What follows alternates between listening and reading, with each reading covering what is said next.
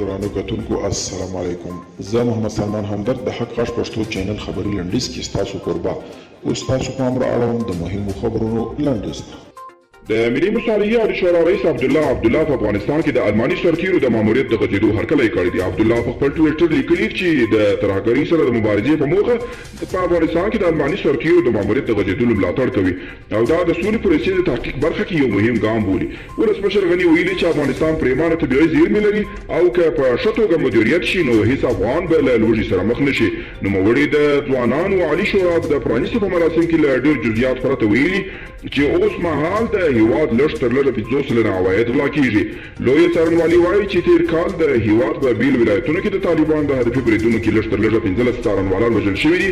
د لوی څارنوالي ویان جمشید رسولي ویلي چې یادو کسان پکتیا، هلمند، کندهار، کابل، میدان وردګ او پروان ولایتونو کې دندې ترسره کولې چې د طالبانو له لوري ترور شوي دي.